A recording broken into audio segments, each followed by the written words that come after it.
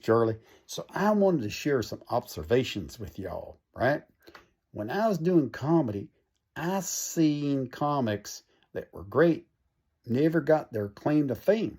And then I saw a lot of comics. I said, shit, I don't know what the hell that gal's doing. But they became famous. So here's the one thing I will say about comedy, right? When you go to the next open mic, you look at all the comics that are up there. Watch them how they perform and watch their personas. Generally, I would say the comics that will do much better in life are going to be comics that you haven't seen before. Now, give you an example. Bob Goldthwait. He's a character comic, right? At one time, his persona was huge and popular. He made it a big amount of money, fame, and everything being Bob Goldthwait, right? So you want to be different. You want to be slightly different than the rest of the guys. If you got a bunch of guys going up there telling dick jokes, well, that's fine. But the thing is, you better be goddamn the best dick joke teller, or you're not going to stand out. You're just going to be another number on the mic list of who's who. Being unique and being yourself, right? Like Jeff Foxworthy. He's a good old boy comic, right?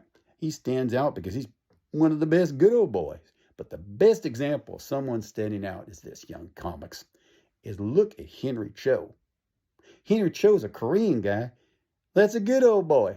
Oh my God. Now that stands out.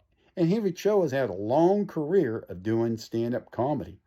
Very, very funny. Very, very funny, man.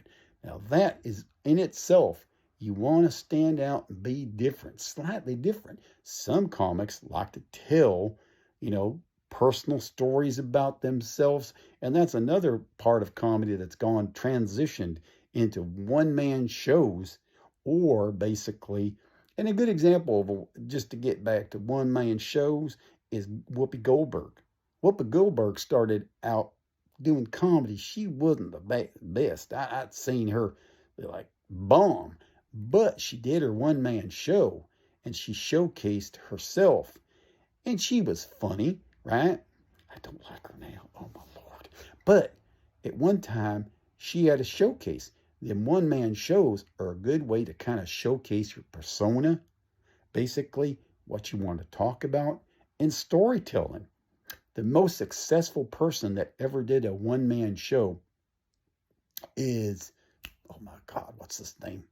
The caveman guy. Jesus, hold on. I'm so sorry, I had a mind fart. It's Rob Becker. Rob Becker is one of the best, smartest comics ever. You probably never heard of him. Well, he did a one-man show called The Caveman or something like that, right? And he ran forever. Now, that thing was, to each his own, right? But Rob had it for so long, he got to sell it, and now it's all worldwide. Now, that's smart. He's making royalties on that silly little caveman thing of his. That's called being different and thinking outside the box. Rob Becker, look him up. Comedy is like everything. It's like an hors d'oeuvre, and I should say this too.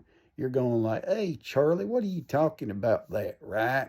It's all subjective. That's the first thing you learn, because some comics I don't think are funny, and then some I think are hilarious. So it's a subjective art, the art of stand-up comedy.